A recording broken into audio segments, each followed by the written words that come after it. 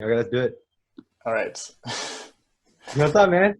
All right, Frank Yang, welcome. Thanks for doing with this. Yeah, man, excited. Ah, so yeah, I think you're in one of the only countries in the world where things are going relatively normal, right? Yeah, I think so. I'm kind of lucky. I don't know. For some reason, since we're gonna talk about meditation, I don't want to make this too like new agey, but since I started meditating a lot, it seems like I'm always at the right time in the right place. Like this happens so many times. It's just like somehow it's not like I consciously do it. It's just like I think it might be because when you're sort of like in sync with like the flow of like the quote unquote universe, whatever, even if it's bad, you still think it's part of it too. Uh, But right now this situation is kind of bad from like, but what's good and bad, it's not objective either, you know. uh, So it just like every situation that I'm in right now, it just seems to me like it's just that's the way it should happen because there's no other way, uh, almost. Because I'm not here to make a separation between what's going on. But if you want to judge it from like a relative perspective or from like another person's point of view, I'm kind of lucky. uh. I think it's Yeah. a very like healthy way to look at things. Yeah, yeah. And Uh, yeah, everything's pretty normal here because there's only like six deaths right now, and it's only like 400 some cases, and it's wow. because Taiwan is right next to China, so it was predicted that it was gonna be like the worst country to like being affected by the pandemic. Uh, But because of the past relationship between Taiwan and China, they don't trust all the information that's going out of China, and the WHO excluded Taiwan from the conversation because China kept them away from, the yeah. discussion because Taiwan and China has this complicated relationship that I actually don't really know that much about. I don't really care about this stuff until like recently I started reading about it. It's kind of interesting. Uh, and then also another reason is because like of the SARS in 2012. Yeah, Uh, you kind of already knew how it went, right? Yeah, so we were like, I think the Taiwanese people already kind of like subconsciously or consciously all scarred already by the SARS. So when this thing came out, like in December, when there was some information leaking about some mysterious virus uh, that was like coming out of Wuhan, Taiwanese people, the Taiwanese officials already going out of their borders. They were stopping ships and planes from China and all Uh, over the world, even before it was officially a pandemic. It was like December. So uh, we learned our lesson kind of, but but uh, like US hasn't learned a lesson because they haven't had this kind of yeah. thing happen for them. So it's not really anybody's fault. Like some people like to like point fingers and blame this and that, but from my perspective, everything's just part of the natty unfoldment, So even like Donald Trump is just like a hologram that's like reacting to the environment. It's like, I uh, can't explain it, but I look at it a very objective way, kind of in a uh, sense, but at the same time, extremely subjective. Because at that point, there's no objective and subjective. You know what I mean? It's hard to explain. I don't know if I know what you mean. Yeah, I think you know what I mean. Uh, Yeah. Yeah. So yeah. So and your country is doing quite okay too, right? yeah, like, That's really good. yeah. In the beginning, we also had like a very hard reaction.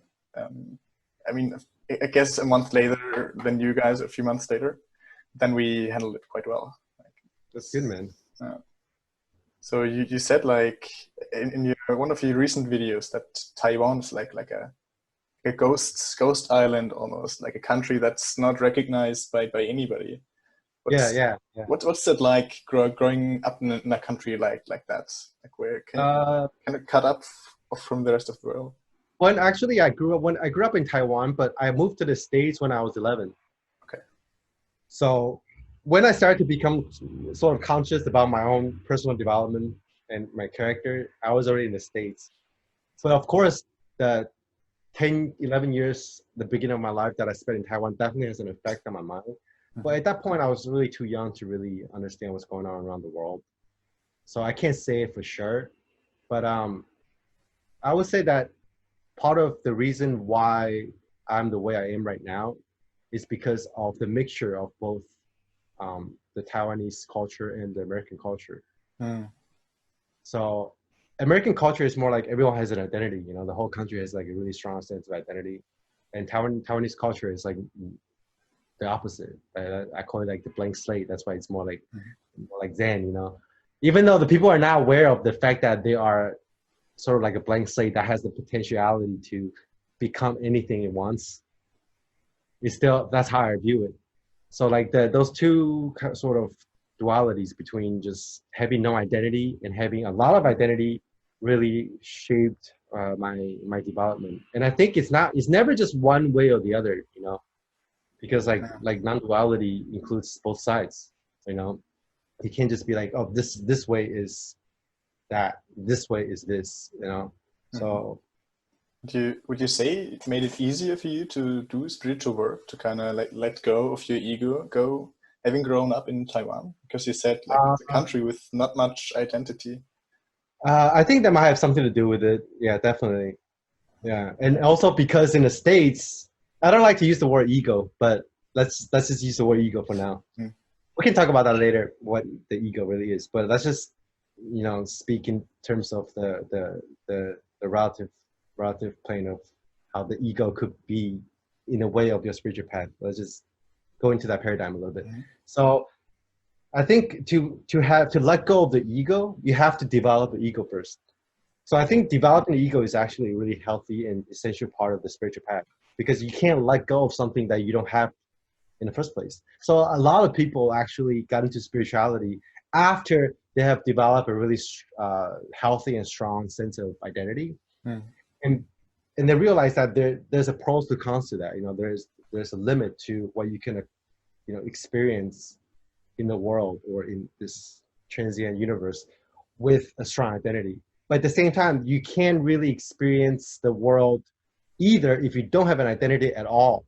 So I think to be able to fully experience reality, you need both sides of the extreme, because no self is only a thing when it's existing relatively to the self. Yeah, like you have to transcend the ego and not like go a stage you below have it. To transcend the ego, but to transcend something, you need to have it first to transcend. So that's why I think a lot of people always have this question of, okay, if I just started my whole life in the beginning without having to build up my identity and my ego, I'll be enlightened already. But that's sort of like distinguishing between, you know, Ken Wilber? Ken Wilber has this idea of pre-knowledge and post-knowledge fallacy. He says that babies are in a way enlightened beings, but in a way they're not enlightened at all. Like there's no separation, but they're not conscious that there's no separation. Yeah, exactly. So that's a good example of what I'm talking about here. You know, yeah. All right. So maybe for the viewers who don't know you, so in the last week when I was preparing for this interview, I was telling a few friends and family that I'm doing an interview with this guy called Frank Yang, and they were asking like, who is Frank Yang? Explain. I was always struggling to say that. Yeah, you know, he does fitness, bodybuilding videos, but then he also does non-duality and meditation, and he also plays the violin, and then he just makes really mindfucky videos. And I was always struggling to say, like, what do you actually do? And I think a year ago, you said in another podcast, you said you're a vlogger that vlogs about consciousness.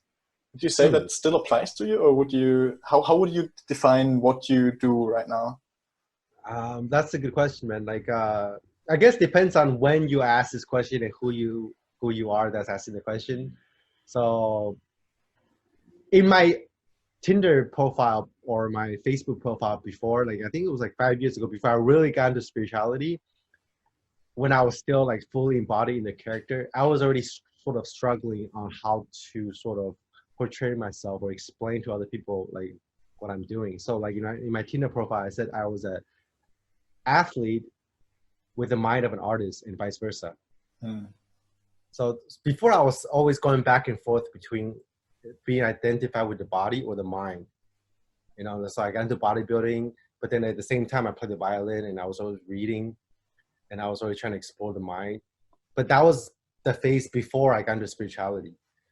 And then after I got into spirituality, I realized that even though before I thought I was being really authentic and being true to myself, doing this fitness thing with this artistic sort of flavor on to supplement it. All that was still just a character playing his role as being this authentic artist, athlete guy. And then after I got into spirituality, that question of who am I just completely changed this trajectory and sort of shattered everything I thought I knew before about like, who am I, what am I, you know, because before I was exploring that question from, I think everybody's exploring that question, you know, before I was exploring that question from the perspective from inside my head as a character. And then I thought I had a pretty good idea already, but then I got into spirituality. I went to my first Vipassana retreat, and I just had a glimpse of like, you know, just quote unquote truth, like no self and emptiness, infinity, whatever you want to call it. I also had one DMT trip like a year before I went to the retreat. So those two events sort of put me in a trajectory of deconstructing the character. And from that perspective, I'm nothing, just like you. So it depends on which side of the duality you slide. But so if you met somebody on the streets today and they would ask you, what do you do? What would you tell them? If I just met somebody on the street, I'll just tell them I make videos about whatever is going on in my mind right now. So I guess it's kind of like the same answer as the blogger of consciousness. Yeah. So that's actually a pretty good answer, because even though now that I know about this non-duality crap, I'm still expressing what I think about non-duality, even though non-duality can't really be expressed. Yeah, like there's a kind of a limit there. I'm still indirectly express it. But the way that I try to express non-duality is kind of different from the way I described it before I knew about non-duality, of course. And I think before, when I was vlogging about consciousness, or I was trying to transport or transfer what's directly in my mind into the visual format of like videos or photos, whatever, or text, versus what I'm doing now, even though in some ways I'm still doing the same thing. In a way, before I was describing what's going on in the mind of Frank Yang, the character. And I was vlogging about the relative realm of the Frank Yang's consciousness, whatever. And now that I'm sort of stepping away from that, just as natural progression of things, that I'm vlogging about the quote unquote God mind, which is what you're made out of too. Like it's, but then you mean it's not confined to what's going on in like your mind, the mind of Frank Yang, but like before that I was vlogging the consciousness of Frank Yang, but now I'm vlogging the consciousness of God. Okay. Yeah, but then when I use the word God, I just mean like the nature of what you are, of reality or infinity, which everyone can directly experience right now. Like not somebody sitting in the clouds and judging you, but not like just reality. to try to explain that to like your viewers, like, who might not be familiar with how I use those terms. I'm not talking about the man in the sky, but of course, if you talk about infinity, which is formless and has no content, which has the potentiality to become anything, it could be that too. Because if somebody is thinking about a man sitting in the clouds that made the universe in 7 days, that's also a manifestation of infinity, of emptiness into form. And there's infinite number of ways that you can manifest that. But at the end of the day, it's all just reality imagining itself, or quote unquote God fabbing to itself to create forms. So I like that expression. Always valid. God fabbing to itself. Always valid. Yeah, that's one of my favorite analogies. All right. I'd like to take a step back now and talk more about your history and your origins, and maybe come back to consciousness and meditation in the end, because I also want to take care of the viewers who might not be that much interested in enlightenment and all of that. So yeah, we get them. We kind of have a progression to more consciousness towards the end of the interview. Okay, let me make one point before we jump into that. So basically, what I'm talking about here is everything. So non-duality, but non-duality includes all the dualities too. So whatever we're going to talk about next, if you want to talk It's about also picking up, non-duality. it's also non-duality. It's also part of it, like I said before. So it's that we're not really switching from this to that. We're just manifesting different forms from that same source. Yeah. So that's what I answered your question before too about who Frank Yang is. You know, Frank Yang is simultaneously in neither and both what you are truly, which is infinity or quote unquote God, and this character. So it's not just one or the other. It's both, neither. Like it's all related in a way. And yeah, in a way. So it's all related in a way. So you could be this or that, but you can also be both and neither. That's non-duality. Yeah. So the best way to put it is just not to say anything. Yeah. That's why I think that's why I try so hard to express myself in so many different ways. Even though I think subconsciously I know that what I am and what this existent thing is cannot be expressed, and why that inclination to not express it is also the same drive and inclination for me to express it so feverishly. You know, because I know. You mean that the drive to not express yourself is basically coming from the same place of wanting to express yourself? Yeah. So basically, me trying to express myself so hard in a way is coming from a place where, because I don't know what I am at all. That's why I'm trying so hard to express myself.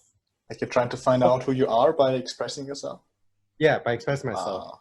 And because there's no answer to that question, that's why from the other side of the extreme, which the two sides, again, like we talked about, exist simultaneously, I'm expressing myself in so many different ways. Like you said, violin, like, you know, videos, music, bodybuilding, all that thing. So all that thing is me, but it's not me. Yeah. That brings me to my next question. So I heard you studied, what was it again? Music and art in Maryland, right? Yeah. And yeah, so you have this artistic, musical, like you could say soft side, and then on the other hand, you do like hardcore bodybuilding. How would you fit those two together? Are those like two sides of the extreme that balance each other out, or is there like deep similarity? I think both. Like that's question sort of goes back to what we were talking about before. Like the two sides of the extreme really sort of, if you push two sides of the extreme, whatever it is, to the extreme, they will connect. Yeah. Mm-hmm. So like, well, I started playing the violin when I was 5. So that's like always been my sort of like my background, like music and creativity. Mm-hmm. And that trained me to be a little more disciplined than I would say the average person who hasn't been through that kind of training, where you have to, you know, practice every day and you have to be very precise. Even if 1 millimeter is off on the violin fingerboard, you make a mistake. So like, in a sense, I always grew up to be very disciplined in the mind, you know, and just practicing every day consistently to be good enough to get into the university to major in violin. That would take about 10,000 hours of practice. And just that kind of training, just put your mind into one thing, transfer to, I guess, the later phase of my life when I was into like fitness and bodybuilding. So that's one thing that took the discipline you learned from playing the violin, and you kind of were able to use it in other areas of your life. Yeah, definitely. And I also think there are some other metaphysical ways that the two are similar. Like, I think bodybuilding is really kind of like music, man. You're like fine-tuning the machinery of your body, like the striations of your muscles are kind of like the strings in an orchestra. You know, they all have to run in synchrony to play the symphony. And when the bodybuilder goes on stage and flexes muscles, that's kind of like a virtuoso violinist just going on the stage and playing his music and playing his concerto. Yeah, I guess. I think you mentioned this at some point, that you kind of use your body as art, right? Yeah. Yeah, and also, just the two are all about balance and aesthetics and symmetry, and being really anal about your macros and how much you lift and how many hours you spend in the gym every week. That mindset is the same as, you know, that violinist who's very anal about like hitting every note in tune, and how much he practices, you know, and the difference between theory and practice, you know, in bodybuilding, you can't just read about bodybuilding. You have to actually do it. Yeah. You can't just understand like the theory or the science behind like fitness and diet. You have to put that into practice, but you can't just go to the gym and live mindlessly too. You also need some kind of, you know, scientific background and theories on what you're doing. And the violin too, it's not just like you can't just pick up the violin and just play it. You need to understand a little bit about music theories. You need to understand, you know, how the chords work, and maybe even understand a little bit about what kind of mindset the composer was in when he wrote that music, what he was trying to express, so you can play this piece of music the way that it should be played. Not that there is a way that it should be played objectively, but you know what I mean. And same with you know, bodybuilders like looking up to like Arnold and Z's and what came before that. So I think the two disciplines are actually pretty similar. Yeah. Yeah, and another way, the other similarity is like you are your own like master in that, like playing the violin. Just you and the violin. That's it. You know, you're on your own pretty much. And with the bodybuilding too, you know, just you and the weights. So one is just sculpting your body on your own by yourself, being your own master and slave, and the other one is you're sculpting your mind or your brain, being your own master and slave. But then if you go to the non-duality paradigm, the body and the mind are just the same thing. So they're the same to me now, more so than before I got into non-duality. Yeah. I find it interesting how you said that it just loops back together, like it goes full circle, and in the end is everything goes full circle. Yeah. Like I recently watched the series by actualize.org, Understanding Dualities, where he talks about that every single duality there is in the world is just, in the end, it's just the same. It just loops back together. You say actualize.org? Yeah. Oh yeah, I like that. Leo, right? You watch him too, Leo? Yeah. Oh, cool, man. Yeah, I watch a lot of his videos. Yeah, I started watching him like 2 years ago, and I got so much out of that. Yeah. All right. Let me see what other questions I have. Yeah. So a bit about your backstory. So you just started working out, and you said at some point your motivation for doing that was to kind of cover up your inner weirdness, to like build an attractive meat suit, to like allow yourself to be weird and allow other people to accept you in spite of that. So how would you say has that motivation changed since you started? Now I just work out because it's part of my AI now. It's part of my system now. I just go to the gym because I've been working out for so long that it's imprinted in like sort of the automatic process of my meat suit. I don't even think about it anymore. I just, okay, now time to work out. Let's go work out. I don't even think about why I'm doing it or if I'm making progress. It wasn't always like that before. Before I came up with all this working out and like. Wait, sorry. Before, definitely I had a more. Wait. I think we're having some connection problems. Oh shit! Damn. You were frozen for a few seconds. Oh, I yes. think now it seems fine. No. Hello? Yeah. Hello? Hello? You there? Yeah, I'm there. Okay. It just freezes every 10 seconds. Yeah, let's I don't know. Let's just try going on with it. But you're frozen now though. Okay, now it's good. Okay, it's good? All right. What was I saying? Okay, before I had a more like conscious intention of why I wanted to work out, but now I just do it unconsciously because I've been doing it. Now you just do it. You don't think about it. It's just something you do. Yeah, it's just kind of like a feedback loop. My meat suit like gives out, and gives out a signal and it receives it on its own. Uh, But before, I definitely had a sense of insecurity because like in high school, I'd never like really got along with girls. I got my first girlfriend when I was 21 years old. I was already in college, and like most of the people in high school, they were already like had relationships, and I was still a virgin until I was 21. So in high school, I was this weird kid who did a lot of weird videos, like pranks and stunts. So I was actually doing like, you know, Jackass on MTV? no.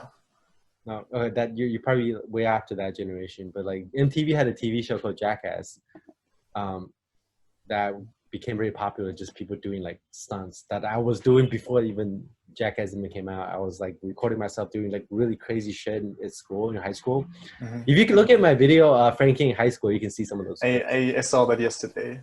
You saw that? Okay, yeah. so in high school, I was already kind of like fucked up in the head, relatively speaking. Yeah. You know, I was jumping to trash cans, having fake seizures, just trying to get people's attention. But it's funny because my parents didn't love me, but that's not true at all. My parents loved me a lot. Like I never felt any sort of like disconnection between me and my parents. They gave me a lot of attention. I think the reason why I'm doing that is not because I was lacking attention from my parents. It's because I just had this energy inside me that I wanted to express. Uh-huh. So I always thought that even now, I think that in a way, from a more like raw perspective, I'm doing the same thing now. I'm just this vessel where like the universe can like sort of channel through. And before that's what was happening from the broad perspective. But from the relative perspective, I do feel lonely when I was in high school because I had all those energy that I wanted to express. I was always trying to find like an outlet or a channel to manifest those energy because energy is formless. You know, you need to find a form or like a medium to express it. So I was playing around with those ideas about how to express it, and consciously chose to express the. And I guess you could say the violin is also another one of those mediums. But I started the violin so young when I was 5, before I even had an idea that I had this thing that I want to express. So bodybuilding is more like a fitness or like vertical jumping and powerlifting. That just the whole fitness thing was more like a conscious choice of my character after you had developed a self-conscious, quote unquote, ego to express this energy. Yeah. Would you say that playing the violin has also kind of gotten into your body, just like bodybuilding, that you're just doing it without thinking about it? Yeah, I think so. But I'm practicing violin now, like maybe like 3 times a week, just like fitness also 3 or 4 times a week. Okay. It's definitely imprinted inside me that if I don't practice for a while, I just feel weird. I just have to do it. Yeah. It's not really for anything anymore. I just do it. I can really relate to that. By the way, I'm gonna make a little, I don't know, a little side story. I don't know the word in English. I want to thank you. I saw your videos about playing the violin a few days ago, and I actually also played the violin. I started when I was 7, and I stopped 4 years ago, and shortly before I turned 16. And now that I left my violin back home in Germany. I didn't even take it with me to Holland. But now that I'm back here, like after watching your videos, I got the motivation of playing it again. And yeah, just the last few days, I just didn't need any like motivation. It was like I just wanted to do it. I didn't have to force myself or anything. It's just like, oh, I really want to play the violin right now. I don't know if I ever really enjoyed playing the violin, or if I didn't before either. Like you, when I was learning when I was a kid, my mom sort of forced me to learn it. I didn't enjoy it until when I was like in my 20s, when I started to get into like the mental development thing in bodybuilding. Like this violin thing is like the same thing. It's just an extension of me trying to express this thing and me trying to find out what my mind is capable of, and what my body is capable. What this, you know, what this exists, who am I? That's all part of the equation. So when I started to have an intrinsic motivation to do those things, to find out the answers to who am I, I started to pick up the violin as part of that progress. So after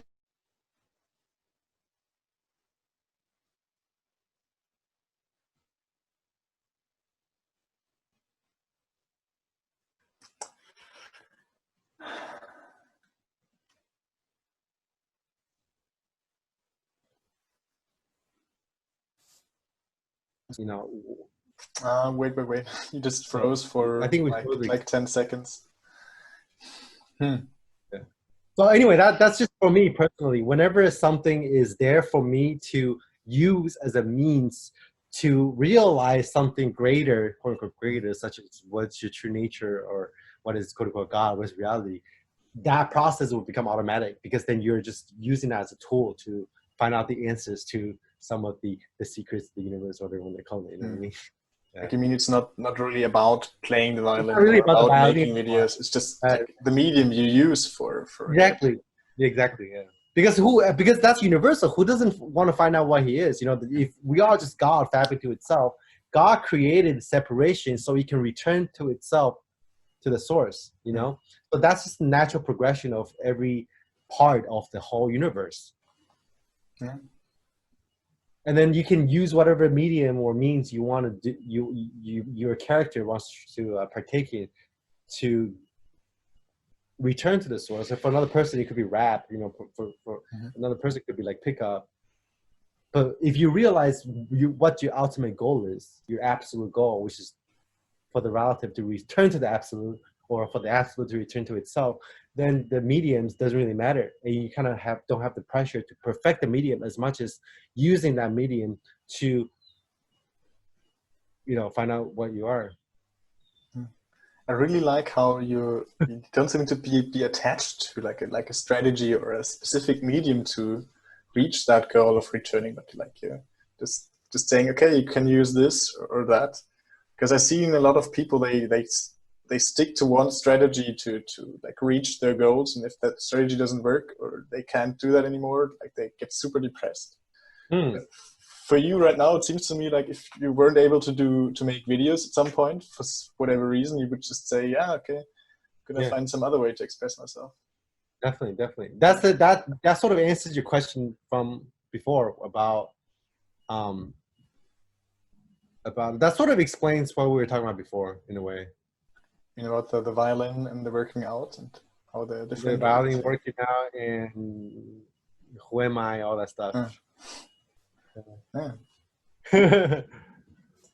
Yeah, because if whatever medium that you're using is only the means to an end, then that medium could be substituted for anything else. Yeah. You know, so like picking up girls is one of the means to find out what you are if you are conscious of what you're doing. Yeah. So if you want to talk about like pickups and like getting pussies, that if you get rejected by a girl, it's not as big of a deal as if you are just doing that for the sake of wanting to pick up girls instead of using that as a means to have the answers or the realization to some of the bigger questions. You mean when your goal is not to pick up the girl, but just to use like that process of getting rejected for growing? Yeah, then you get rejected. You're less attached to the rejection, to the outcome. I think that's a very powerful way of thinking about it, because when you're not attached to getting the girl, you're more free, and you're not dependent for your happiness on her.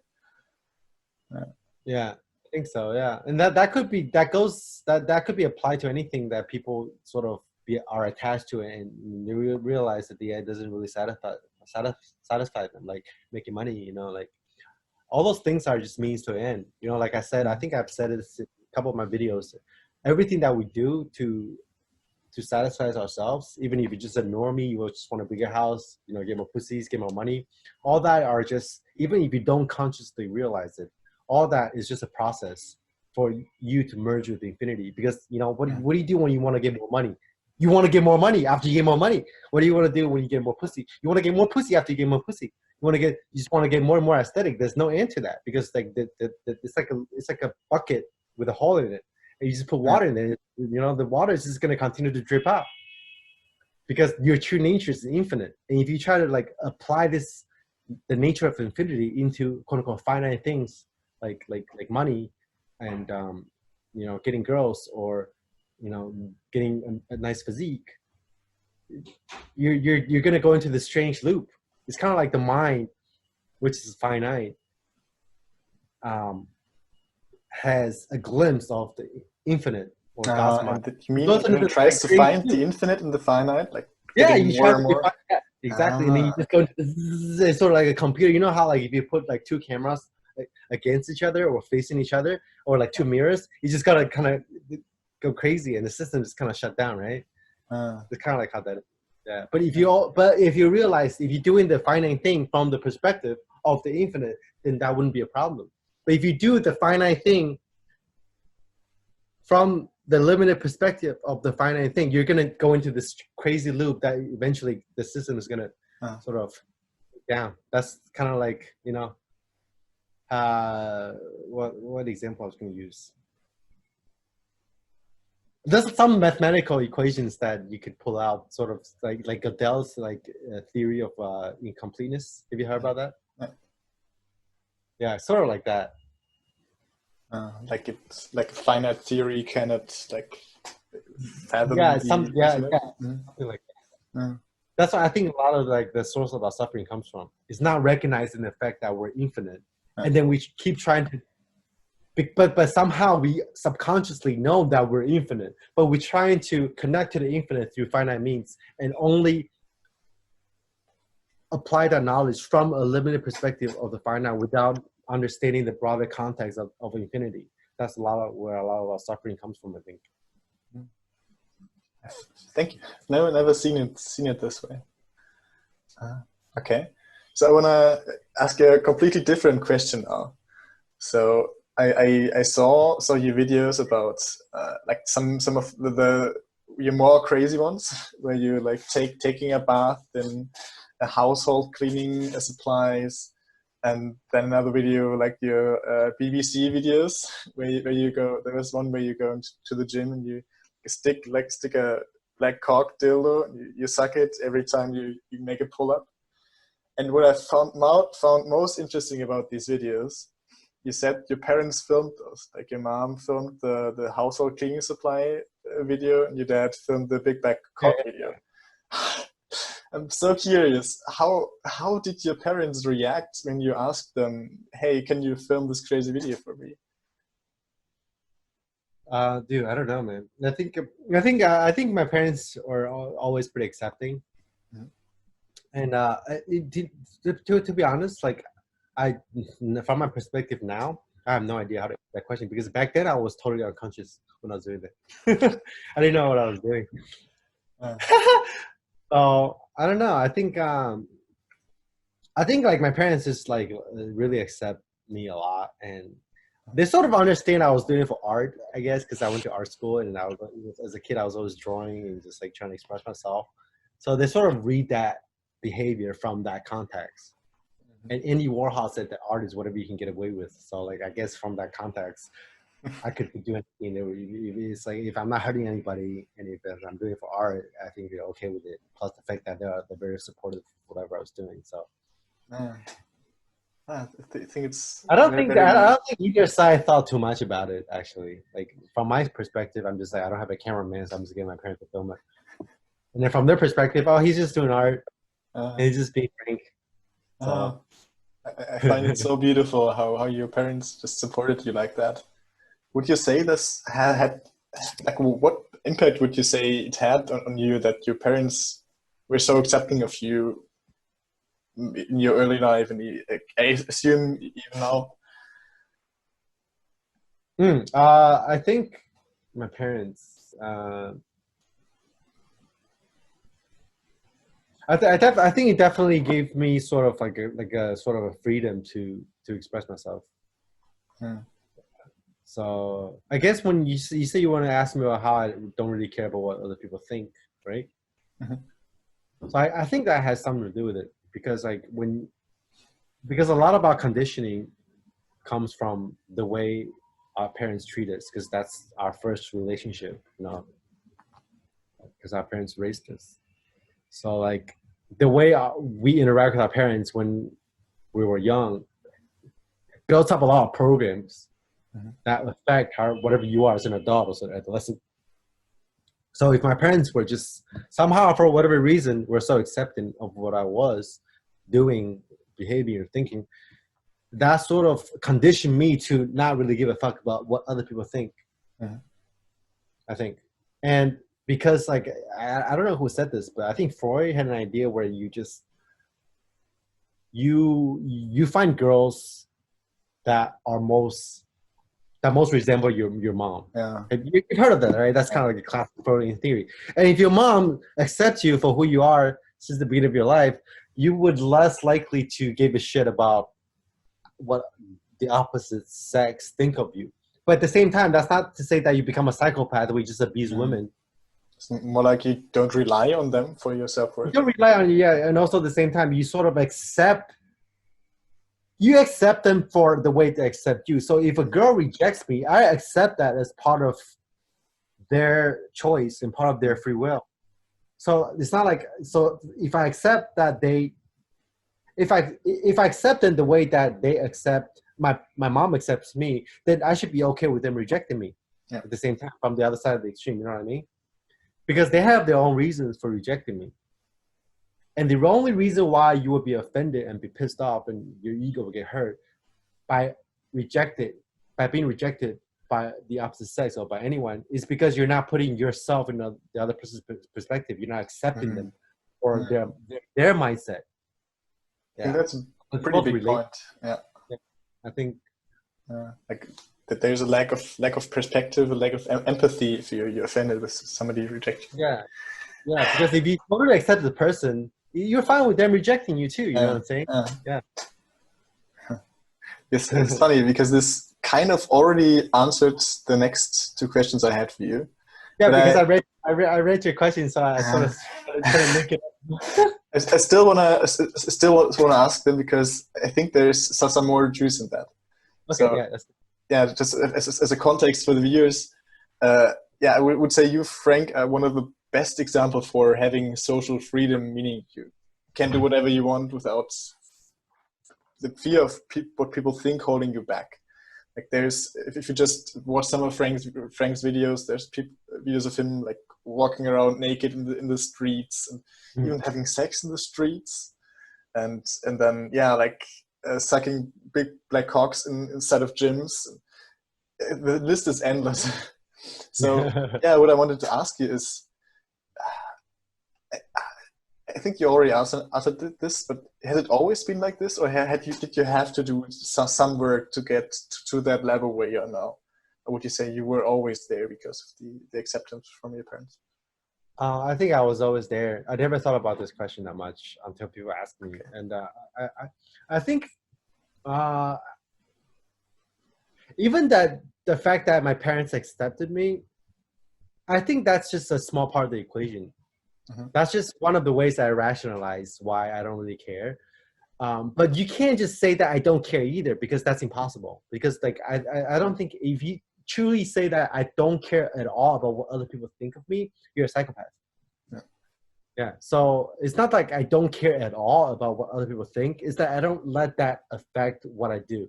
Yeah. You know what I mean? So it's like I do care about what other people think, but that's not going to stop me from doing what I'm doing.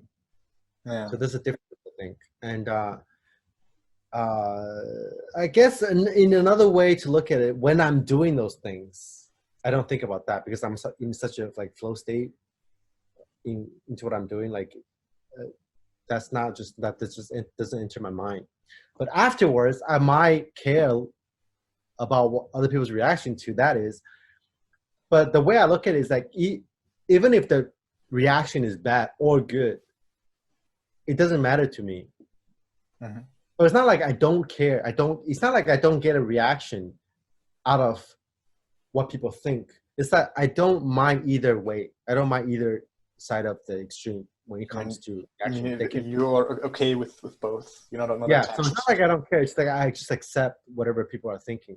And I think that also comes from the fact that I realized that your mind or your sense of self or your ego, whatever you want to call it, is only possible as a process or a response to other people's mind and self and ego. So in a sense, there's no separation. Like your ego cannot exist if there weren't other egos? Yeah, so your sense of self cannot exist if there's no other selves, right? Yeah. From Yeah. the perspective of, you know, the relative perspectives of the characters. So what we are is just an interaction or a process of between different beings. Like there's nobody here that exists inside in isolation. So in a way, that that sense of non-separateness took away a lot of the fears I had about what other people think. Because in a sense, I am you and you are me. Mm-hmm. And if I care about what you think, which I do, and I don't at the same time, that's the same as saying, do I care about what I think of myself? Yes and no. And is that going to stop me from doing this and that? Probably not, because what if I'm just like dancing in my room like in a really silly way, I don't feel self-conscious because there's no other person around to judge me, right? But I'm here to judge myself, right? But do I really mind how I judge myself? For the most part, for me personally, I don't, because I look at just, okay, this is, you know, this is me here, even though a part of me is watching the other part of me in a way doing the silly dance, and he might have some objections. Oh, you're so stupid. But if you're just dancing in your room, you don't give a fuck about what you think of yourself. For most people anyway, right? Mm-hmm. Yeah, you know what I mean? So if that's the case, that's the same relationship. The different parts of your mind, the different modules of your mind, which you, as a single mind, you are made up of so many different parts. Just as a single entity, you are only relation to other parts. But one part of your own mind is only exists in relationship with other parts of your mind. If that's the case, then me doing crazy shit on the street or sucking BBCs in the gym, that process is no different from how one part of my own mind judges the other part of my own mind. Was it I always can't like explain it. was it always like this, or only after you had this realization that you're not really separate from other people? Or another way to put it, would you say it helped you to realize that you're not separate from people? That it helped you to care less? That's a good question. I think it's a reciprocal loop. It's like I've always sort of had this realization, like deep down inside, like sort of like embodied inside me. That's why I was doing those things. And doing those things also led me to question, what the fuck, why do I feel this way and that way about this or that? And that also helped me realize some of the truth, like, you know, some of the truth that I already realized before without intellectually understanding it. So it's also kind of sort of the same, part of the same process in a sense. Okay. Yeah. But then that process is what's naturally occurring inside everyone too. So it's not like I'm special. I always have felt this way because I'm a special gifted person, and then I'm so smart. I realized that after that, blah blah blah blah. I'm just realizing like everybody can realize that. Yeah, everyone is already realizing it. Is what I'm saying. Everyone is already embodying in that state. Okay. Yeah. What advice would you give to somebody like in the Infinite Man community? It's like they're really big on Daygame, like going up to girls on the street and then also doing embarrassing things on the street to kind of care less what people think of you. Like, and the big thing is like the fear of being rejected or the fear of what people think of you. What advice would you give to somebody coming up to you saying, "Hey, I'm afraid of speaking up in class or in groups or going up to girls in the street"? What advice would you give that person? Let me start a new clue. All right. So, so if you're asking from a more practical perspective, I'll say that you want to frame your question differently. You want to frame the reactions you get from other people differently, because you only suffer because of cognitive dissonance. You know, like if I do crazy shit, and my goal, if I can frame my mind, which is, I'm just speaking from a personal perspective because that's what I did before. Before, when I was doing crazy shit, like I said before, I do care about what other people think because that's part of human nature. And other than accepting the fact that they can think however they want, even though you feel it, you still accept it. Another way to approach it is like you can reframe the whole situation. So the way I did it before was like I wanted people to think I was crazy and weird instead of, and maybe another person, when he was doing those things, he wanted that person to think otherwise. Okay. So for me, going into the situation, I already framed my mind thinking, okay, when I do this thing, I want people to think I'm crazy and weird.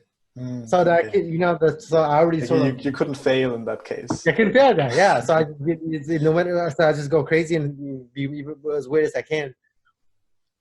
Oh. So in a sense, like that's also a little related to that feedback loop, So that's one technique that I used before. Another one is I wanted the people to reject me before when I was picking up girls.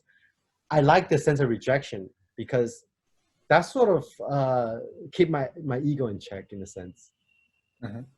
Yeah, that sort of balance out the inclination I have to go up to so many girls and just want to take them home because that's in a sense coming from the ego, right? Mhm. And as a natural progression of balancing that mindset out, I had this other mindset where I wanted girls to reject me, so I can find that equanimity between having a big ego and having my ego rejected, which is Mhm. again the same thing. So I just framed the situation and the reaction and the mindset going into the situation a little differently than otherwise. Yeah. So I'll go into the situation where, okay, I'm going to do this thing and make people think I'm crazy. I'm going to go into the club and then be happy that I get rejected. Yeah. You know Like what the I mean? theme I see in both of them is just seeking out like the thing you're scared most of it. People thinking you're crazy, girls rejecting you, and then seeing that if that happens, like your worst case scenario, you're still okay, like you don't die. Yeah. Yeah. And they said I just frame it differently. I just Mm. that's just my goal. I wanted people to think I was weird and crazy. I wanted girls to reject me. Would you say you developed a taste for it? Like, you know how people who don't like bitter food, if they eat a lot of bitter food, at some point they might start to enjoy it. Is it like that Uh, for you? I think no, I never really thought about it like that. I think a lot of the questions that you're asking me right now are sort of me rationalizing what just occurred naturally for me in the beginning. Okay. You're trying to find explanations for things you don't really know why you did them. I think a lot of it Uh, is, yeah, but that doesn't mean that that's not the case or that is the case. I just think it's still interesting. I think, yeah. So I think a lot of those questions I really don't have an answer for because that's just how the way it naturally unfolded in my life. okay. But then if I try to explain it now, that's also part of that equation too, of that natural progression. So it's not like, oh, it's not true because he's trying to find a way to explain his behavior before when he unconsciously was just doing that. That's all part of it. So I can't say if it's true or not true or real or not real. Like you just don't know. It might be true or it might not be true. Yeah, yeah, Oh, okay. Yeah. yeah. But Mm, it's still, I think it's still good though. mhm. But like in some way, it has to be true because if it wasn't true, I wouldn't find those words to explain in the first place, even though I didn't think about it before. Mm, What I meant to say isn't the notion of whether it's true or not true. What I'm trying to say is that I just didn't think of those explanations before. It's not like I okay. constantly think about it before doing those things. Mm. It's more like it's But if coming I explain out it, of you now or spontaneously. You didn't have the answer before. yeah, but then there must be some sort of a subconscious reason for Uh, those spontaneity. And then the way that I explain it right now, the reason why I explain it this way is probably has a lot to do with that subconscious inclination or the subconscious explanation to that kind of mindset or behavior. So it's not like it's true or not true. It's just more like, would you you mean like the are you viewers should take willing it with to? the grain of salt because it might be true or might not be true? Yeah, that too, and also because I don't know. I don't think being true or not true is the right words for it. It's just Mm. perspective, I think. Yeah, because like, yeah, I don't think it being true or not true is really part of Okay. it. Um, Another question. You said in another podcast that you didn't have a phone until I think like 2015 or something. Um, I'm curious, like how come? How did you survive for so long without a phone, or what was the reasoning behind it? Wait. So which podcast was that? I don't remember me saying that. I don't know. One of the one of I don't remember which one exactly, but that's not true. Oh, that's true. I didn't have a phone. I didn't have a smartphone until 2015. Uh, Yeah, I just didn't want the internet on my phone because I thought it would be too much for me. okay. You mean you Yeah, would be too distracted? yeah, I think so. But then Uh, now I got used to it. But I think a lot of some of the part of the reason is just because I was just too lazy to make the change. I don't know, man. That was a good question. I just didn't really care about having a smartphone. But after I got my first smartphone, I was so excited. I was like, damn, this is some next level shit. It's like you supporting your mind, it's like an extension of your consciousness. And I started filming all this like slow motion shit. I was like, wow, now I can directly upload this to Instagram, YouTube, and it's just like closer to the way my mind thinks. And I got into uh, all this repetition about how like having a smartphone is like upgrading your brain, updating your brain and stuff like that. So, mhm. but I'll say that I think my life has become more efficient and easier in a lot of ways because of a smartphone, because of Okay. what I, yeah, and especially the fact that smartphones nowadays is the image quality is like almost as good as like having like one of those cameras, like this technologies keep developing and progressing. So So you don't regret the choice. nope, I think I like smartphones. Yeah. I'm pretty good at like not using it when I choose not to. Okay. But I don't That's think something that's I'm struggling with. I usually have to put it into another room when I work on something. Otherwise, I just take it. Don't get it. no, I do that too sometimes. I sometimes just just put it somewhere else. Uh, But I think it was a bigger problem for me before I got really deep into meditation. But now whatever I do, I just look at it as just that's just the way it is. I don't have resistance to it. And because I don't have resistance to it, that makes me less likely to abuse it. You know mhm. what I mean? Yeah. It's less of a problem because you don't think of it as a problem. So a lot of the times we get addicted to something because we think that's a problem. And because we think that's a problem, there's some inclination in us inside our mind to try to fix it. And the more you try to fix it, the more cognitive dissonance you create, and the more you want to do it. Yeah. So Heard this quote. Paraphrasing here, but by Robert Fritz. I don't know if you know him. He said that like most of our problems in life, we don't overcome them by solving them, but we just outgrow them. you Like just it like goes. observe it from, yeah, Yeah. just kind of like meditation, you just observe it and you just kind Yeah. of create more space. And because you create this more space, you're less likely to struggle with it.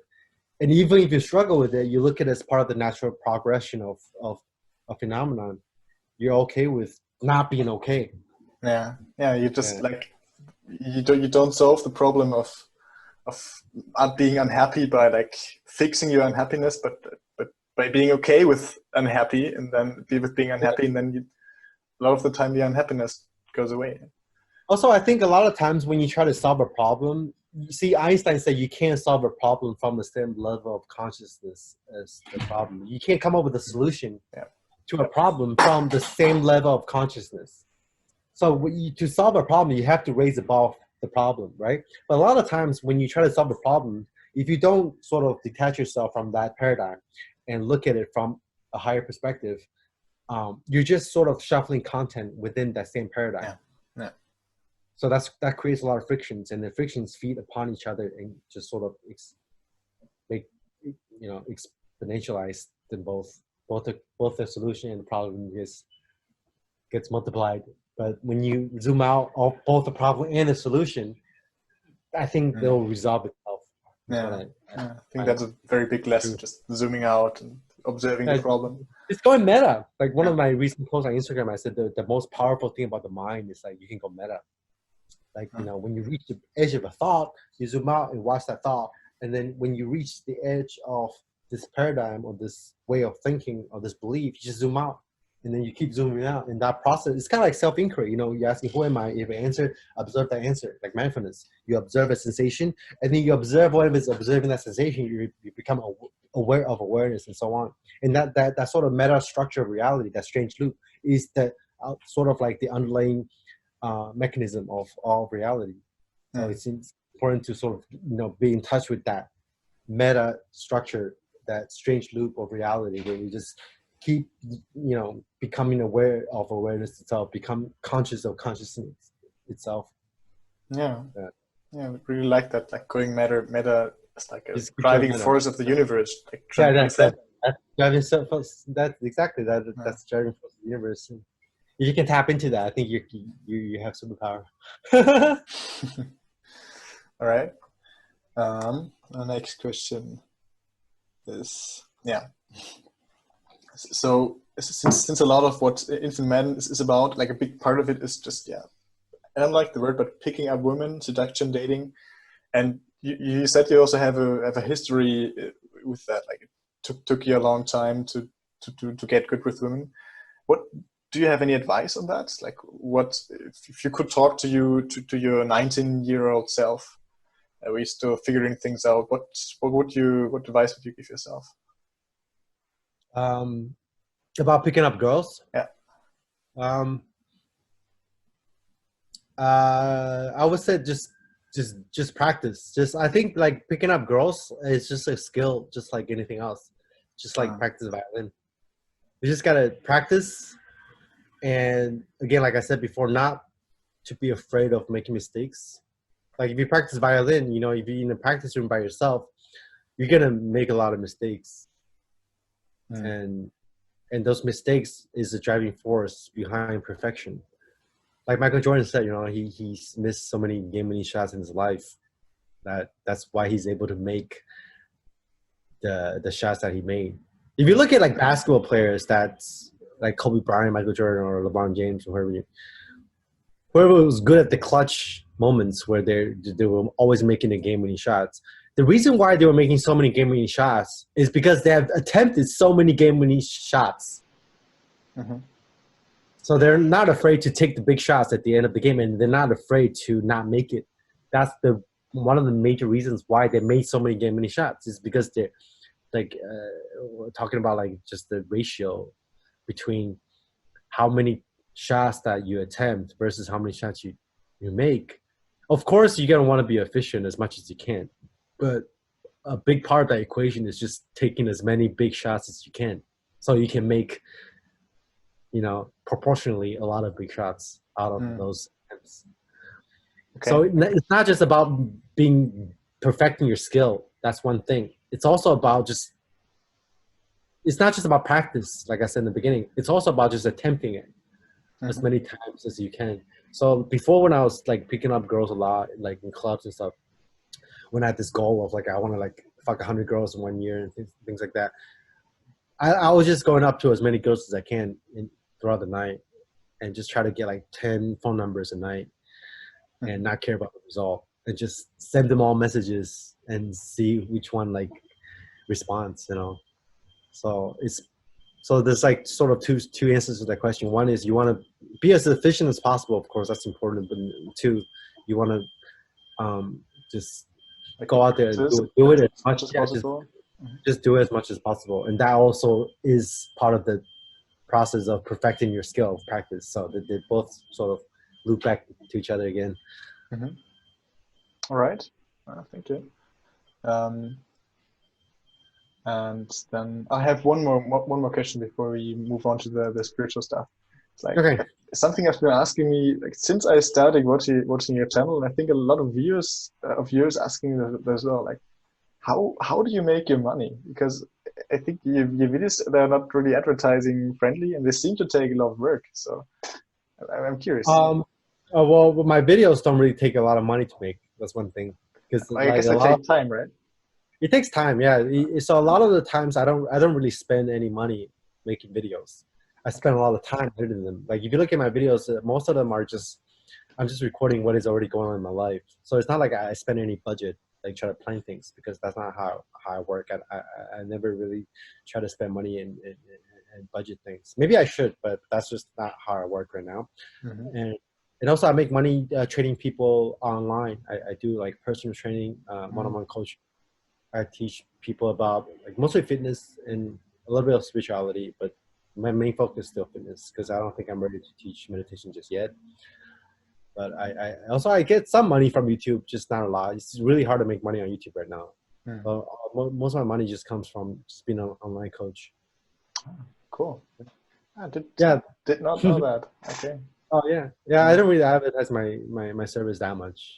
Just Okay. people come to me and I put in my profile, my Instagram profile. Yeah, So yeah, I saw that. I don't really like push it like that hard. Uh, Yeah, I don't really make that much money. Just like the whatever I do right now, it doesn't take a lot of money. And uh, also, I lived in Taiwan half the time, and Taiwan's is pretty cheap to live in. So. right. Okay. So I'm super curious about what happened to you in 2019. So you said it was like the biggest transformation of your life, and that like a search of 5 years has come to an end. Like, can you go a little bit into it? Like, what search ended? What did you find? Oh, I recognize what my true nature is. Yeah, and I think 2019 when I went to my second retreat, that's when I hit the threshold of entering what they call stream entry. Mhm. That's just one of the many models of spirituality. So it's not like that's the only model you should follow. It's that according to that model, when you hit stream entry, basically that's like an entry level of spiritual awakening. So Mhm. imagine spiritual awakening is like going through college and then getting a master's degrees and then getting a PhD. If you enter stream entry, that's why it's called stream entry, because you basically enter a stream that's going to take you all the way to quote unquote full liberation, Mhm. which is called arhatship. So 2019 was that event in my meditation retreat, just that retreat itself, and the fact that I had a Kundalini awakening, where all my chakras just opened up spontaneously through trauma and also through a lot of dark night of the souls and just 5 years of practice meditation. Uh, all my chakras just opened up like spontaneously one night. Okay. I had the How? classic Kundalini awakening, and that was also that.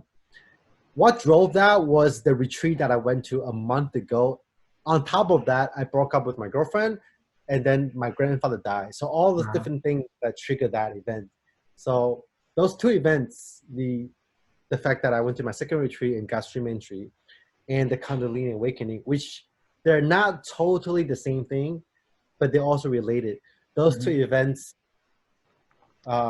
it made me realize what I really am from the experiential perspective. Like I read about it before, I had an understanding of non-duality intellectually, theoretically, but I didn't sort of experience the whole thing and let it become part of my default state of reality, what I call like my natty state, until those events unfolded in 2018. And ever since that event, those two events, um, my practice has just been going upward, like Like progressively. exponentially. Yeah, because like Mhm. that's normal. Because once you pass stream entry, I've read a lot of books, a lot of different experiences from other practitioners that said that after you reach stream entry, which is the first level of awakening, um, your practice is just gonna go up. You just sort of it just becomes a natural part of the progression because you're already Mhm. in the stream. Some Okay. people don't even practice after that, and they just take it all the way to like quote unquote Buddhahood without even practicing. But I'm still practicing a lot even after that. So I started accessing all those different like really crazy, like almost as crazy as like DMT, psychedelic, ayahuasca, LSD trips, just naturally, just Crazy. through jhanas or samadhis and just through meditation. Yeah. Huh. How does a like an average meditation session look like for you now? What happens? Well, I usually do like an hour per session, and I do it like couple of sessions a day, sometimes up to three. And I can enter like jhanas pretty easily. Like I just give me like 10 minutes and I can dissolve my entire body. And then if my body is dissolved, then if the boundary between my mitsu and the environment dissolves, if my mitsu and my thoughts and any sensations in my bodies are just part of what's occurring naturally in this room and in accordance to the law of the universe, then by Mhm. that default, there's no separation. So by default, you feel like you're connected to physically, like viscerally connected to everything around you. And if this kind of Wow. connectivity is not bounded to the relative plane of the Mitsu, where infinity, where your awareness in its natural state is, it doesn't have any locations. doesn't have any space, doesn't have any time, doesn't have any form or content, then it doesn't matter what you're perceiving. Everything is infinite in a sense. It's hard to explain this. It's really hard to explain it because like infinity by its own definition transcends, but includes both space and time. You know what I mean? So it's not like you literally feel like you're the entire like universe, because that even talking about the edge of the universe is still bounded in space and time. So infinity is actually like it's beyond space and time, it's beyond the universe. Space and time. So you can actually experience infinity like right now, because if everything is empty, if you can perceive emptiness in real time, like one of the biggest changes that happened after stream entry was like that I just perceive everything as a hologram. Like when I look at like a cup, I can see that it's a cup, but the cup is more like a manifestation of emptiness rather than like you don't see it as solid. But like, yeah, it's not a solid thing. It's like I can penetrate right through it, but it's not like it's hard to explain. It's like everything is still the same, but you're perceiving it from a totally different paradigm. Where like when I look at this cup, it's just like my awareness goes right through it, and it like sort of loops back onto myself in a way. It's sort of like before it was like I look at a cup and there's me here, and then I'm seeing this cup, and then my awareness is separated from the cup. I see this is Frank. He's looking at a cup, and this cup is solid. But now I look at it as just awareness, which is in here in the space between, and it's. The cup is made up of awareness, and you're made up of awareness too from the meta of direct experience. That it's just awareness perceiving itself. And whatever I look at now, that's just the way the process unfolds. Everything I look at now. You mean like, for example, the cup? It's not like you perceive the cup. It's more like the cup just is there, and there's nobody to perceive it. Kind of like that. It's just like the cup has its own awareness, so to speak. Wow. Yeah, it's kind of like everything that I perceive now has its own awareness, so to speak. Before it was just like, okay, this is Frank Yang, and then he has a brain here, and he has consciousness. Everyone knows that, and he's perceiving this cup here, and this cup is just something that's a mechanical process of the brain, and it's in here. It's like, oh, this is the image of a copy here, and this cup is separate. But now when I look at things, everything is just standing on its own. Everything is occurring on its own. All the perceptions are occurring exactly where it is. So it's a more direct and clean and immediate process than before. Whereas this thing is not filtered through my brain anymore as a matter of direct experience. And because it's not filtered through my brain, my relationship to it is not separate anymore. Like you're one with the cup, kind of? Kind of, yes. And it's like if I am awareness, and if awareness is boundless and infinite and formless, then by default, this cup is also part of that infinity, part of that manifestation of formlessness. So, and because it's empty, your awareness doesn't just stop at the cup, and your sense of identity, your sense of self, doesn't just stop inside the meat suit. So it just. I guess the easiest way, the quickest way to put it is just like everything is not separate. Everything's just one. But then within this oneness, this manifestation of different forms. Because the one and the many exist simultaneously. So it's not like I can't tell the difference between you and me.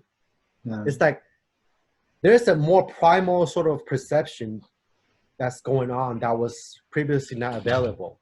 Like, is it like you see the separation at the same time you're conscious that the separation is actually just imaginary? Yeah, it's but you can still function inside it and work. Yeah, I can still see different objects, but then since the space between the objects are also consciousness, which the objects are made up of, I don't see any difference between them. But I can, if I want to interact with different people in the world and be like, hey man, I'm Frank and you're whoever, and this is a cup, I want to drink water. I can function that way either. But that's a relative plane. But the relative plane arises through the absolute plane of non-duality. Going back to the duality versus non-duality. I can perceive those things as everything as being one and connected and infinite, but at the same time, I can also perceive them as relative objects. So I can function in the world as a character, as Frank King, do normal things. At the same time, I realize that's just a manifestation of my true nature, which is infinite, which is what I'm sharing with you. Yeah, I think that brings us back to what we talked about in the beginning about the baby. The baby is also connected to everything, but it's also not separate. Like you can't really distinguish between itself and the cup. Now you can, and at the same time you don't have to. That's good. That's good. I think that's a good way to explain it. What was it like for you to have the Kundalini awakening? Like what was going on for you? Were you scared? Were you thinking like, oh, what the fuck is happening right now? Or yeah, actually.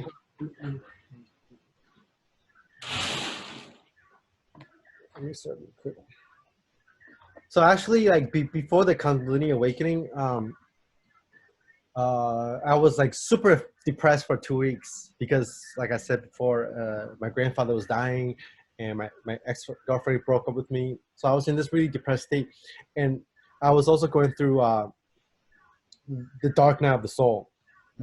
And those two events sort of was already part of the unfoldment of my dark night, because I went to the retreat, and it's normal after you go through a crazy intensive retreat like that to experience dark night of the soul.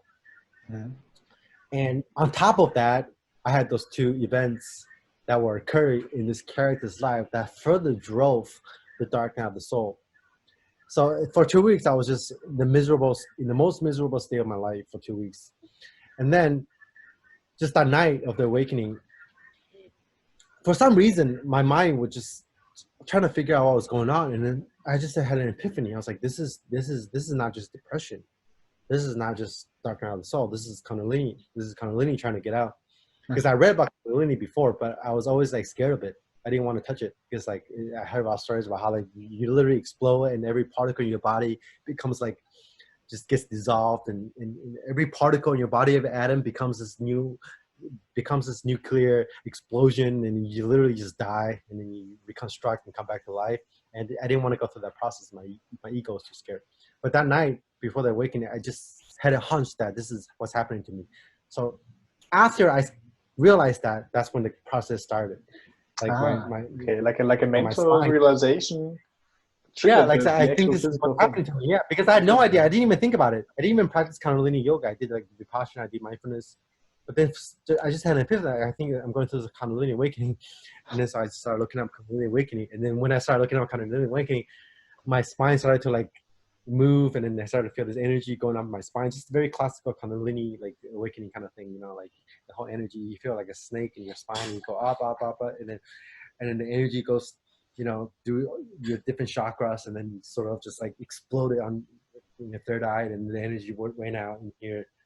Just like the whole thing, just like that went through like 4 times. So I have each time that I went through that, I sort of the thing just exploded in my head, and then I was just thrown into this like I got sucked into this like void, this like it's like a near-death experience where you just get sucked into this void, and your whole body just got deconstructed, and every particle, every atom in your body is like I said before, every atom in your body is like a nuclear bomb. And you just get like decombusted, and then you lost your body, you lost your mind, and then you're in this space of like just like this inconceivable space. Yeah, I think the most accurate analogy that people can relate to is like a DMT trip. It's pretty much a natural thing. Yeah, because DMTs are just product of the mind. You know, DMT is just a catalyst to sort of open up your pineal gland, or whatever you want to call it, your third eye, whatever you call it. It's just like a more artificial and unnatural means to open up your pineal, cling to your pineal gland. But I guess if you go through a Kundalini awakening, you go into the same process as smoking DMT, where your third eye just opens up. Yeah. So that explosion happened 4 times in a row. Yeah. In one night. Wow. And then after that, before that night, I was like going through the worst 2 weeks of my life. I was like literally hell. After that, those explosions, I woke up the next morning, it was like a brand new life. I feel so in bliss, just connected to everything. Ah, It's crazy, yeah. yeah. It's like it's still so crazy how this can happen. Yeah, it sounds like a full-blown DMT trip, and just like sober in your bed and just happens just like that. Yeah. Crazy. What's In a way, possible? it's crazy. But in a way, like that's what I was doing for 5 years. I was meditating like every day. I was really into the spirituality thing. So in a way, that's kind of like inevitable. But in another way, it's also kind of crazy at the same time. You know, like this happened to me. It's fucked up. From the character's perspective, it's pretty fucked up.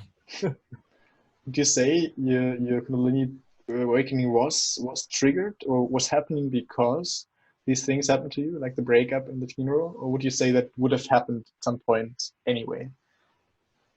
I It's hard to say. I think it would have happened some point anyway, but I think the progress wouldn't be as fast if I didn't have those triggers. Huh. Okay. Yeah. But then like you can say about that about you can trace your awakening back to every little corner of your life and be like, this is why it happened, that's why. But at the same time, it's like there's no point doing that because every single little event in your life that occurred led to that point. And some more than the other, depends on how you look at it. And yeah, so I think it's the process started the moment I was born. Maybe I wasn't even born. It was just like, you know, you can from the character's perspective, the moment started the moment I was born in a sense, because I was just going back to the natural state. Yeah. From the big absolute perspective, that's what it is. Yeah. It's like again this view of like everything we're doing is just going back to source. Yep. Even if you don't awaken, you still are awakened. Because from that perspective, everybody is enlightened Buddha. Because everybody is directly connected to source from every moment of their life, even if they don't realize it. Yeah. Like that. From there comes this phrase like you're already enlightened. Just have to realize it.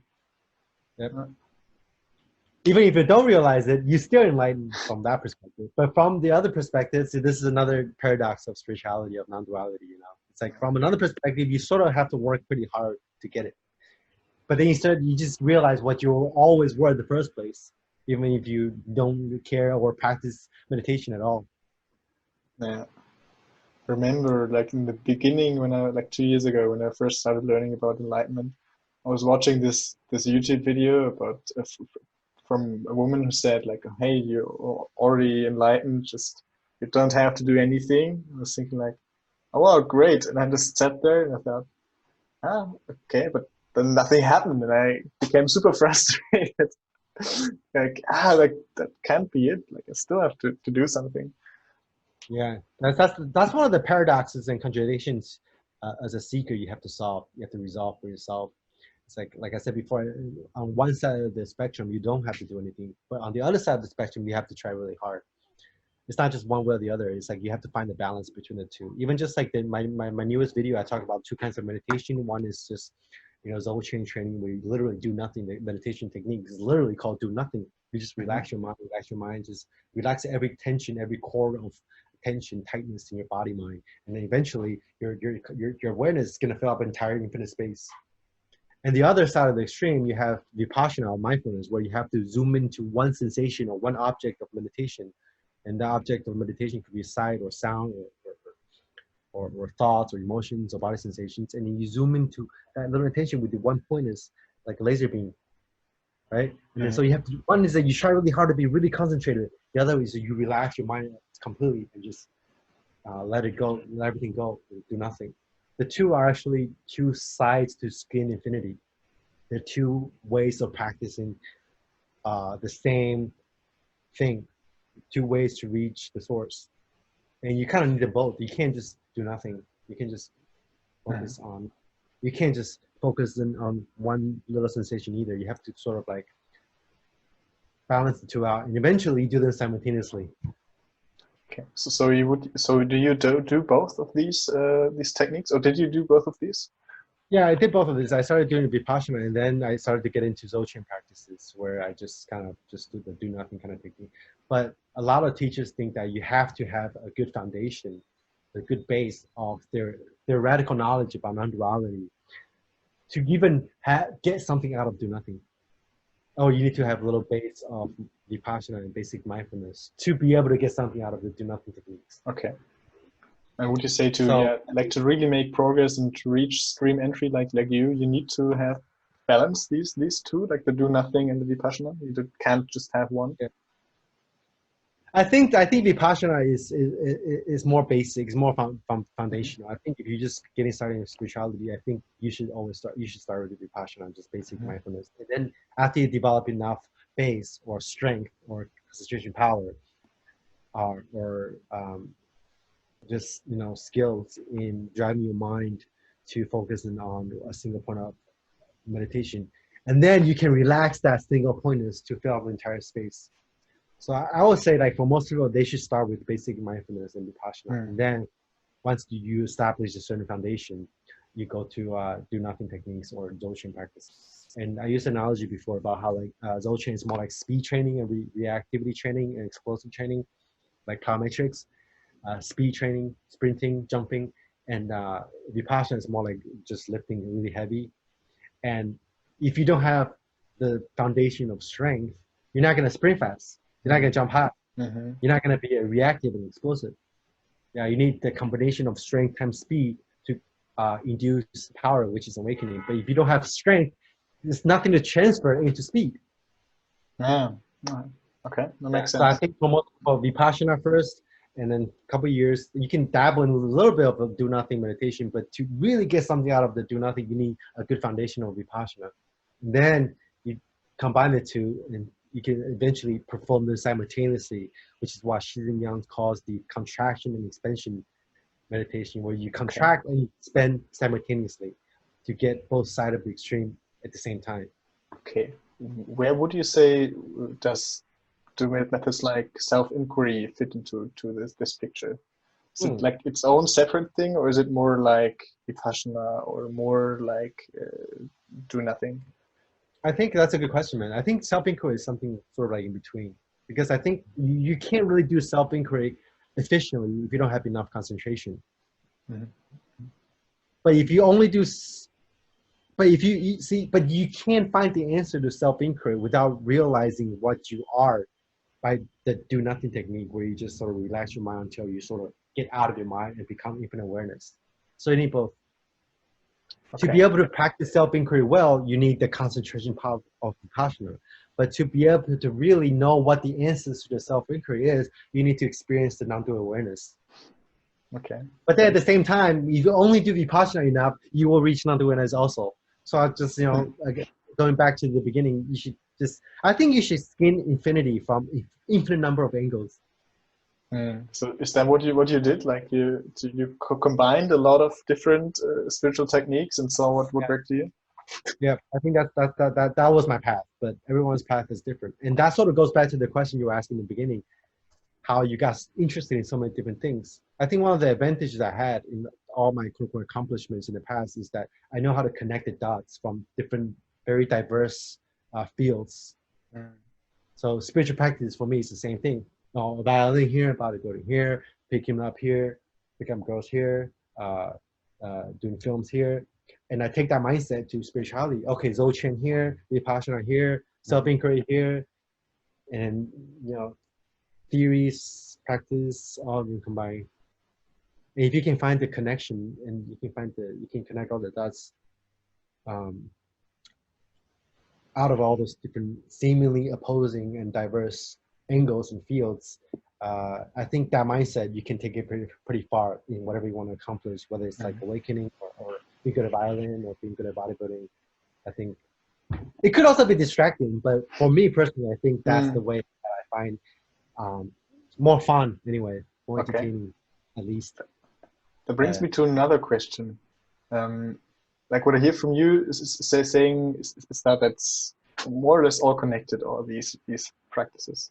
So it's a kind of a nerdy meditation question. What Goenka, like the teacher, one big Vipassana teacher, says in one of his discourses is that at some point you really have to take one practice and go with it. He used this metaphor of drilling like holes in the ground for getting water. I don't know if you remember. Like doing a certain technique is drilling a hole in one place in the ground, and then if you switch to another technique, you just drill a hole at another place. Oh shit! This went out battery. Your phone? Yeah, I'm gonna just turn on. Maybe I can use the light here. There's a light here.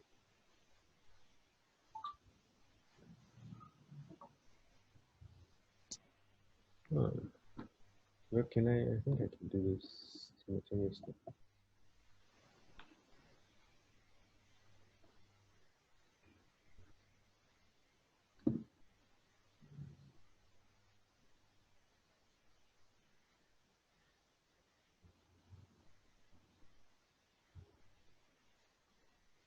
Okay, maybe I think that might work.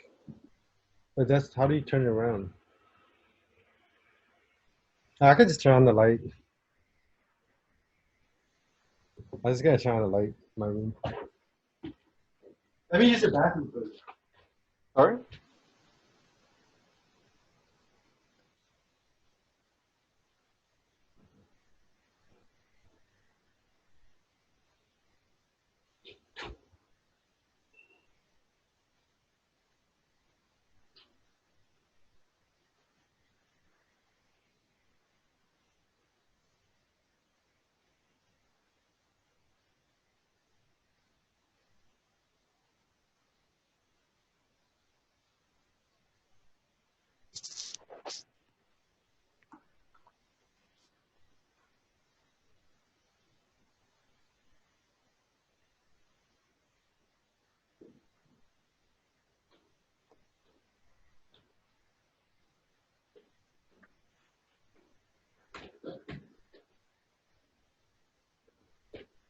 All right.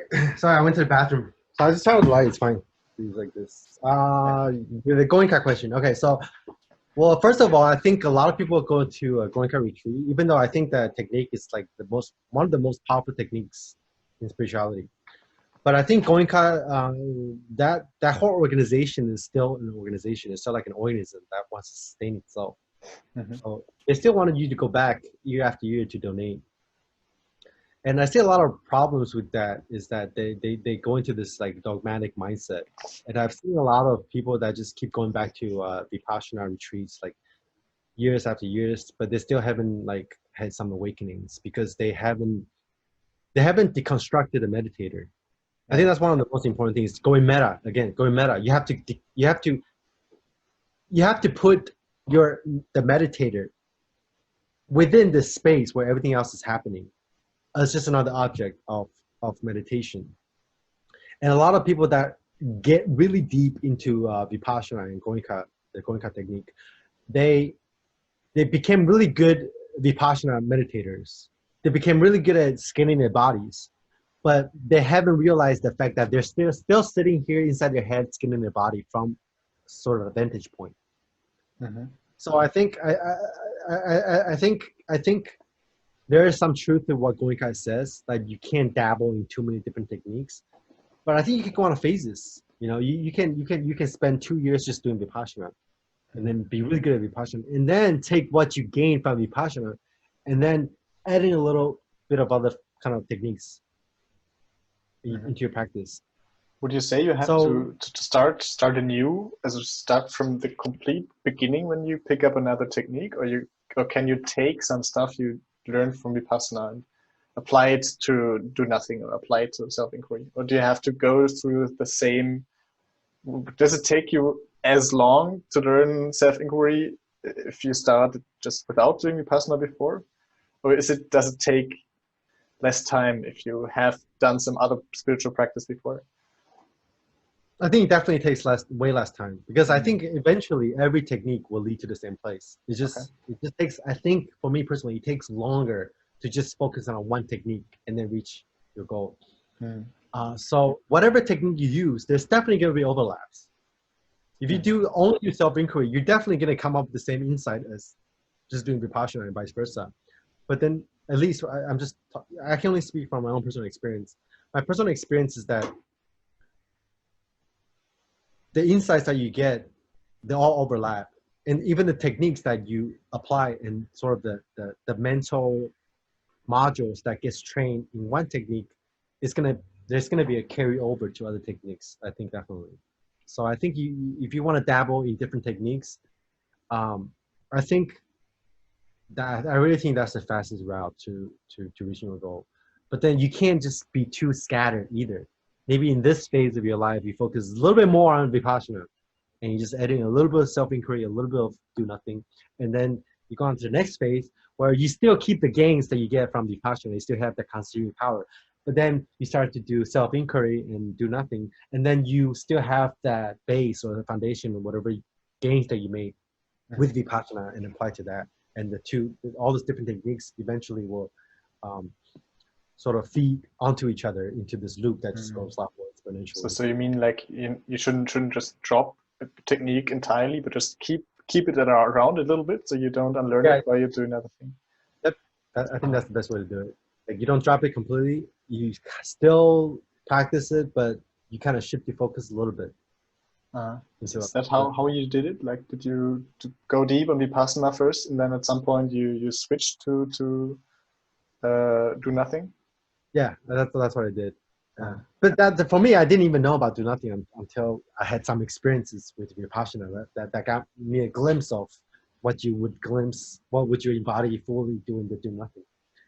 So that's just a natural progression of things for me. It's not like, okay, I plan in my head, I'm going to do 2 years of Vipassana, I'm going to do nothing the next year. It's more like I was doing Vipassana, and then all of a sudden I had this glimpse, and then I started reading about it. I was like, okay, there are practices that only focus on this thing that I glimpsed. So naturally, I just moved on to that domain, but still practice Vipassana at the same time. I still do body scanning, going castel still every day. Okay. Yeah. Okay, so this is a very, very nerdy, very detailed question. What's like the percentage like of which technique you did at certain points? Like, did you do like then 1 hour of do nothing, 1 hour of Vipassana, or how did you balance it? I'll tell you what my practice is right now. I probably do Vipassana body scanning for like 45 minutes. And then I'll do nothing for like 10 minutes. And maybe self-inquiry for like 5 minutes. Okay, that's like your 1 hour set. Yeah, that was kind of like how I did it. But with self-inquiry is funny because you can do self-inquiry anytime actually. You can do Vipassana and self-inquiry at the same time. And you can do nothing and self-inquiry at the same time. You can actually do all 3 of them at the same time. Okay. Yeah, so if you want to sort of divide it, I would say about half of my practice is still Vipassana, just body scanning. Yeah. Because maybe that's conditioning, maybe because I was practicing Vipassana for so long. Yeah. Yeah. I think that conditioning that really struck the chord in me, because the way it is for me now is like. You went to a retreat, yeah? Yeah, I did 2 actually. I did my first retreat a year ago. No wonder that's good, man. You know, the questions you ask are like really good. Thank you. Yeah, and like the place I'm in right now is I've been working really hard with Vipassana for this past year. I've really been doing every day 2 hours for this past year. And I notice now it's difficult to let go of that. I notice I have this momentum. I think like, what if I stop and I just drop back to the beginning and I can't pick it up again? I'm kind of worried of starting going into another thing, trying out that, because I don't want to lose the progress I made with Vipassana. Can you relate to that? Yeah, I think you don't have to be afraid. I think if you practice, okay, let's give you an example from physical fitness. To maintain something, you only need a sort of like maybe a quarter or a third of the amount of time and energy you put into it.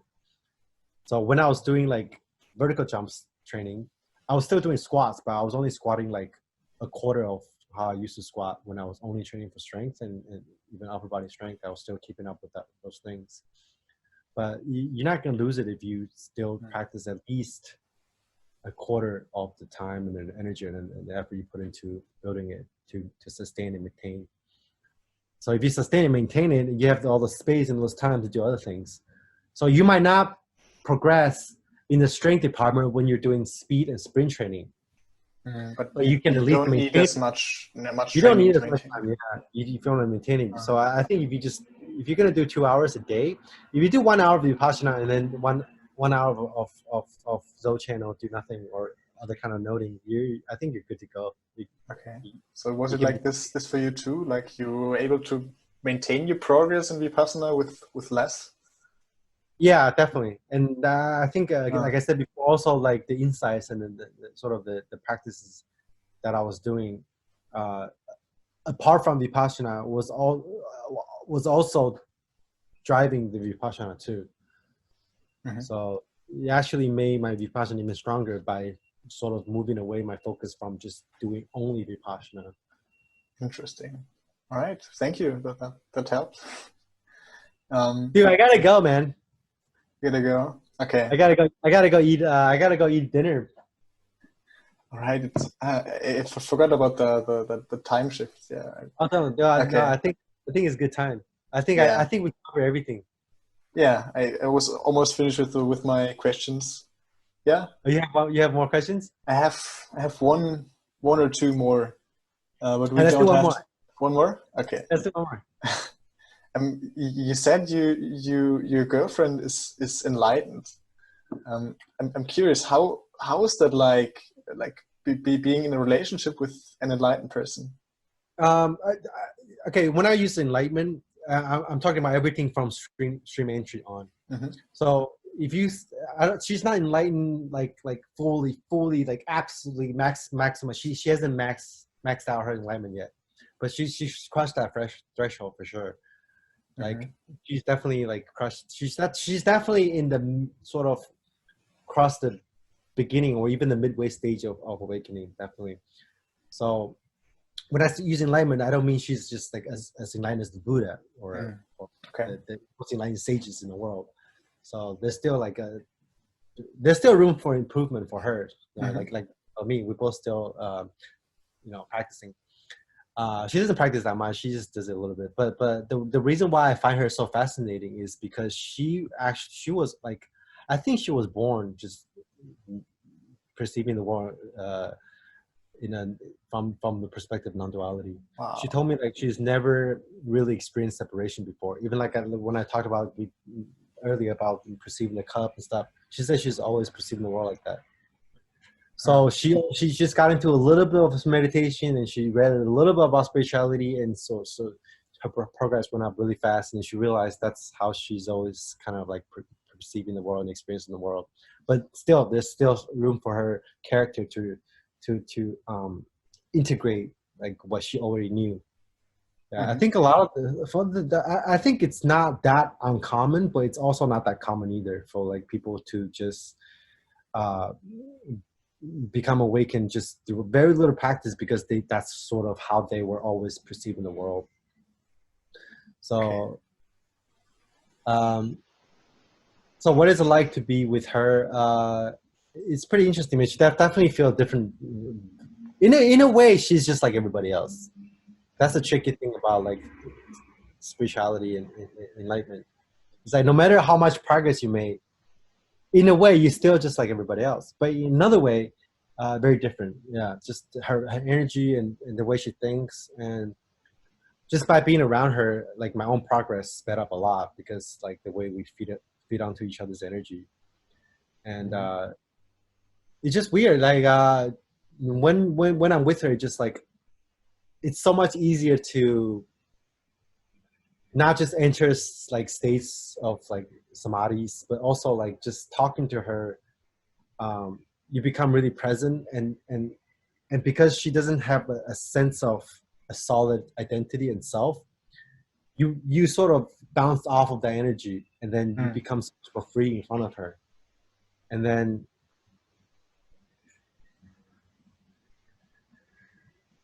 it's really hard to explain. It's kind of like she's just very, very transparent. Like when I look at her, it's just like there's nothing there almost, but then there's something there too. But it's definitely, it's hard to describe. Yeah, it's really hard to describe. But I would say to to summarize, there's definitely a difference in energy when I'm around her. But she's still, yeah, there's definitely, I can sense a very different energy when I'm around her. Oh, I'm super curious. Do you think she would be up for an interview as well? I can ask her, but she doesn't really like talking about spirituality. Because like she thinks there's no point talking about it because she's kind of like people like us, we work kind of hard to get certain insights, but then she kind of already had those insights and she doesn't really think that's anything like special. But then that's also a kind of cool perspective if you interview her, so I can ask her. Yeah, I'm also not that curious about the spiritual theory because I don't know, also see it like that. It's not that you can ask her. I'm more curious about her life, like how is living life if you're basically enlightened from the beginning and you don't have that separation. How do you relate to people and all of that? She tells me she definitely has a hard time from time to time relating to people. Yeah, but at the same time, she feels that acceptance, like kind of like a unconditional love for everyone. So she like very, very selfless. Like she's always putting like other people in front of her. Okay. Yeah. Because like So there's definitely pros and cons. Because like even no matter how like awakened you are, you still, from the conventional sense, you're still in this world. Yeah. You still have to interact with people. Yeah. But then that state could make the process easier just as much as making it harder. So there's definitely the process of relating to people. Yeah, definitely. There's some areas where it's just easier for you to relate to other people from that state, and from another perspective or in different situations, that makes it harder. Yeah, so I guess. Part of the cleaning up and growing up, part of the equation of waking up, you know. Yeah. All right. So yeah, if you could ask her, that would be amazing. Okay, I'll ask her. Yeah. All right, Frank. Thank you for the interview.